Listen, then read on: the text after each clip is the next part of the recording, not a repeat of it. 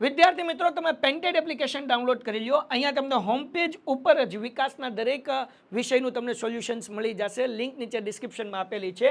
અને તમારા માટે ખાસ અમે લોન્ચ કરી રહ્યા છીએ રેપિડ રિવિઝન બેચ, જેની અંદર ગણિત, વિજ્ઞાન, સમાજ, ઇંગ્લિશ આખું રિવાઇઝ કરાવશું કે જેથી એક મહિનામાં તમને સરસ મજાનું રિઝલ્ટ ફાઇનલ એક્ઝામમાં લઈ આવો. અને સાથે માર્ચ મહિનામાં આપણે લોન્ચ કરવાની છીએ પેપર સોલ્યુશન બેચ. તો હમણાં જ એપ્લિકેશન ડાઉનલોડ કરો. લિંક નીચે ડિસ્ક્રિપ્શનમાં છે. ચેનલ સબસ્ક્રાઇબ કરો. નમસ્કાર વિદ્યાર્થી મિત્રો, તો આજના વિડીયોમાં આપણે જોશું વાર્ષિક પરીક્ષા 2026 વિકાસ અસાઇનમેન્ટ ધોરણ 9 ગુજરાતી વિભાગે મુદ્દાસર ઉત્તર લખો. તેમાં પાર્ટ 2, તેમાં આપણે ગદ્ય 12, 14, 16 અને 25 જોતા. પહેલો સવાલ, માર્કંડેય ઋષિની કથા તમારા શબ્દોમાં લખો. માર્કંડેય ઋષિ અલ્પાયુ હતા. તેમનું આયુષ્ય માત્ર 16 વર્ષનું જ હતું, પરંતુ તેમની અડગ શિવ શક્તિને કારણે જ્યારે યમરાજ તેમને લેવા આવ્યા ત્યારે તેઓ શિવલિંગને ભેટી પડ્યા. ભગવાન શિવ પ્રગટ થઈ યમરાજથી તેમનું રક્ષણ કર્યું અને તેમને મૃત્યુંજય એટલે અમર બનાવ્યા. આ કથા આપણને શીખવે છે કે અતૂટ શ્રદ્ધા અને ભક્તિકાળને પણ જીતી શકે છે. ત્યારબાદ આપણે બીજો સવાલ જોતા, વાડીના જલસાને તમારા શબ્દોમાં વર્ણવો. તેનો જવાબ છે, વાડીનું જીવન એટલે પ્રકૃતિના ખોળે માણેલી નિખાલસ મજા. મોસમ મુજબના તાજા ફળો જેમ કે કેરી, ચીકુ કે બોર પાડવા, વહેલી સવારે ખેતરની તાજગી માણવી, કૂવા કે ટ્યુબવેલના ઠંડા પાણીમાં નાહવું અને મિત્રો પરિવાર સાથે ખેતરમાં જ બનાવેલું ગરમા ગરમ ભોજન એટલે ઉંબાડિયું કે રોટલા શાક જમવું. આ બધું મળીને વાડીના જલસાને યાદગાર બનાવે છે. ત્રીજો સવાલ, બાબુના સ્વર્ગના અનુભવો તમારા શબ્દોમાં લખો. તેનો જવાબ છે, બાબુના સ્વર્ગના અનુભવો. લેખક મધુરાયની વાર્તામાં બાબુ જ્યારે સ્વર્ગમાં જાય છે ત્યારે તેને ત્યાંની ભવ્યતા અને શાંતિ અદ્ભુત લાગે છે. ત્યાંની સુંદરીઓ, દેવતાનું આતિશય અને સોનાની નગરી જેવા ઝાકળમાર તેને અંજિત કરી દે છે. તેને સમજાય છે કે પૃથ્વી પરના પૂર્ણ કર્મો જ વ્યક્તિને આવા સુખદ અનુભવો તરફ દોરી જાય છે, પરંતુ અંતે તો તેને પોતાની ધરતી અને સ્વજનો જ વાલા લાગે છે. ચોથું, શ્રીમદ ભગવદ્ ગીતાના અધ્યાય 2ના 41ના શ્લોકમાંથી તેમને કારકિર્દી ઘડવા માટે શું માર્ગદર્શન મળે છે? તેનો જવાબ છે, કારકિર્દી ઘડવા માટે આ શ્લોક એકાગ્રતા અને નિશ્ચયાત્મક બુદ્ધિનું મહત્વ સમજાવે છે. એક લક્ષ્ય સફળતા માટે 100 દિશામાં ભટકવાને બદલે એક જ ચોક્કસ ધ્યેય નક્કી કરવો જોઈએ. ત્યારબાદ દ્રઢ સંકલ્પ. જે વિદ્યાર્થી કે યુવાનો નિર્ણય મક્કમ હોય છે તેની શક્તિ વેડફાતી નથી. વિક્ષેપ રહિત મહેનત. જેની બુદ્ધિ સ્થિર નથી હોતી તેની શક્તિઓ અને અનેક શાખાઓમાં વહેંચાઈ જાય છે, તે સફળ થઈ શકતો નથી. ગદ્ય 18. પહેલો સવાલ, પર્વતારોહણ વખતે અરુણિમાને કઈ કઈ મુશ્કેલીઓ પડી? તેનો જવાબ છે, પર્વતારોહણ વખતે અરુણિમાને પડેલી મુશ્કેલીઓ: શારીરિક વેદના, કૃત્રિમ પગમાં સતત લોહી નીકળવું અને અસહ્ય દુખાવો થવો, તેમજ ઓક્સિજનની કમી, ઊંચાઈ પર શ્વાસ લેવામાં તકલીફ અને ઓક્સિજન સિલિન્ડર ખતમ થવાની કમી થઈ. શેરપાનો સાથ, મુશ્કેલ ચઢાણ વખતે શેરપાનો સાથ છૂટી જવો.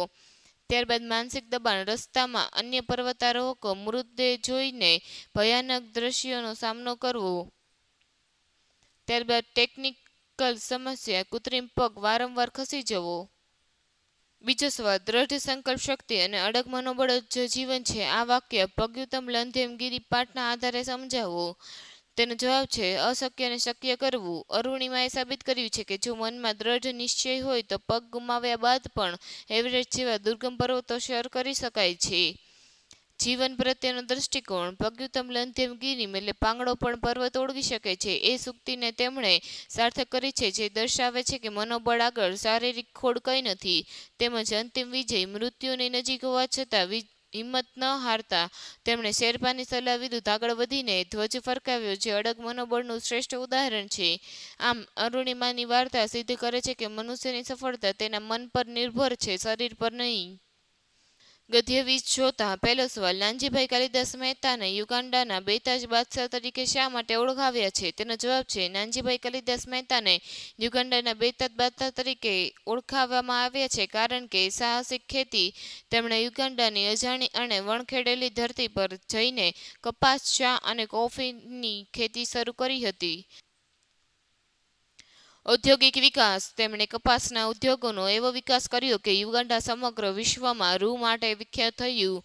વ્યાપક સામ્રાજ્ય. ખેતી ઉપરાંત તેમણે કેતકી અને રબરના વિશાળ પ્લાન્ટેશન બનાવ્યા અને અનેક ઉદ્યોગો સ્થાપ્યા, જેના કારણે તેઓ યુગાન્ડાના અર્થતંત્રમાં અત્યંત પ્રભાવશાળી બન્યા. તેમજ સમાજ સેવા. તેમણે ત્યાં માત્ર સંપત્તિ જ નહોતી કમાઈ, પરંતુ શિક્ષણ અને અન્ય સામાજિક ક્ષેત્રોમાં પણ મોટું પ્રદાન મળ્યું હતું. ત્યારબાદ બીજો સવાલ, નાનજીભાઈ મહેતાએ પોરબંદરમાં સ્થાપેલી આર્યકન્યા ગુરુકુળ વિશે જણાવો. તેમાં નાનજીભાઈ મહેતાએ સ્થાપેલી આ સંસ્થા વિશેની મુખ્ય બાબતો: તેની સ્થાપના. કન્યા કેળવણીની ઉમદા હેતુથી પોરબંદરમાં આ ગુરુકુળની સ્થાપના કરવામાં આવી હતી. તેમજ સંસ્કૃતિનું જતન. અહીં દીકરીઓને માત્ર આધુનિક શિક્ષણ નહીં, પરંતુ ભારતીય સંસ્કૃતિ અને વેદનાકાલીન પરંપરાઓનું પણ શિક્ષણ આપવામાં આવે છે. તેમજ અનોખી પરંપરા. આ ગુરુકુળમાં વિદ્યાર્થીઓને યજ્ઞોપવીત એટલે જનોઈ ધારણ કરવાની અનોખી પરંપરા છે. અત્યાર સુધીમાં હજારો દીકરીઓએ અહીં જનોઈ ધારણ કરી છે. ત્યારબાદ સુવિધાઓ. સંસ્થાના પરિસરમાં સવિતા દીદી એન મહેતા મ્યુઝિયમ અને વિશાળ પુસ્તકાલય જેવી સુવિધાઓ પણ ઉપલબ્ધ છે. ત્યારબાદ મહિલા સશક્તિકરણ. નાનજીભાઈ માનતા હતા કે સ્ત્રી શિક્ષણ દ્વારા જ સમાજનો વિકાસ છે, તેથી તેમણે આ ગુરુકુળ દ્વારા સ્ત્રી શિક્ષણની પાયા મજબૂત કર્યા છે. ત્યારબાદ ગદ્ય 22 જોતા. પહેલું, મહારાજા વજયસિંહની ઉદારતાને તમારા શબ્દોમાં વર્ણવો. તેનો જવાબ છે મહારાજા વજયસિંહની ઉદારતા. ભાવનગરના મહારાજા વજયસિંહ ખૂબ જ દયાળુ અને પ્રજાપ્રેમી હતા. તેઓ પોતાની જાતને છુપાવીને પ્રજાના સુખ દુઃખ જાણતા. ભૂમલી ગામના સોના માળીએ તેમને ઓળખ્યા વગર કડવા વેણ કહ્યા અને ભાવનગરના રાજાને ગાળો પણ દીધી, છતાં મહારાજાએ ગુસ્સે થવાને બદલે તેમની વ્યથા સમજી હસતા મુખે તે સ્વીકારી અને તેમના નિખાલસ સ્વભાવથી પ્રભાવિત થઈને તાંબાના પતરા પર જાગીર આપી દીધી. તેવી જ રીતે સમઢિયાળા ગામમાં કણબીની ડોશીની નિડરતા જોઈને તેમણે કાયમી પટલાઈ અને જમીન ઇનામમાં આપી, જે તેમની ઉદારતા દર્શાવે છે.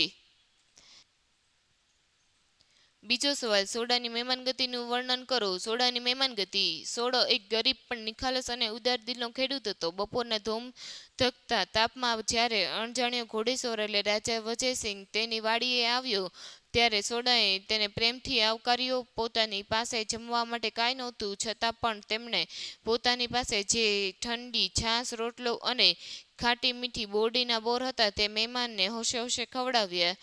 ભલે તેની પાસે સંપત્તિ નહોતી, પણ તેના હૃદયની અમીરતા એટલી હતી કે તેણે અજાણ્યા મુસાફરને તૃપ્ત કરી દીધો. ત્યારબાદ ગદ્ય 24 જોતા. શરીર અને મન પર વિચારોની શી અસર થાય છે?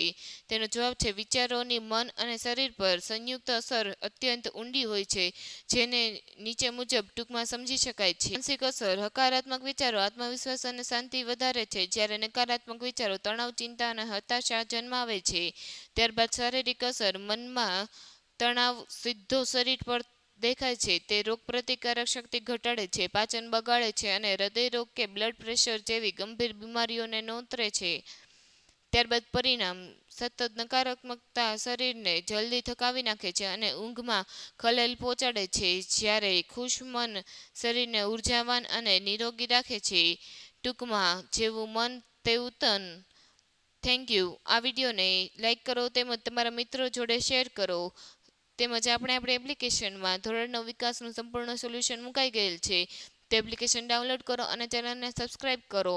વિદ્યાર્થી મિત્રો, તમે પેન્ટેડ એપ્લિકેશન ડાઉનલોડ કરી લો. અહીંયા તમને હોમ પેજ ઉપર જ વિકાસના દરેક વિષયનું તમને સોલ્યુશન્સ મળી જશે. લિંક નીચે ડિસ્ક્રિપ્શનમાં આપેલી છે. અને તમારા માટે ખાસ અમે લોન્ચ કરી રહ્યા છીએ રેપિડ રિવિઝન બેચ, જેની અંદર ગણિત, વિજ્ઞાન, સમાજ, ઇંગ્લિશ આખું રિવાઇઝ કરાવશું, કે જેથી 1 મહિનામાં તમને સરસ મજાનું રિઝલ્ટ ફાઇનલ એક્ઝામમાં લઈ આવો. અને સાથે માર્ચ મહિનામાં આપણે લોન્ચ કરવાની છીએ પેપર સોલ્યુશન બેચ. તો હમણાં જ એપ્લિકેશન ડાઉનલોડ કરો. લિંક નીચે ડિસ્ક્રિપ્શનમાં છે. ચેનલ સબસ્ક્રાઇબ કરો.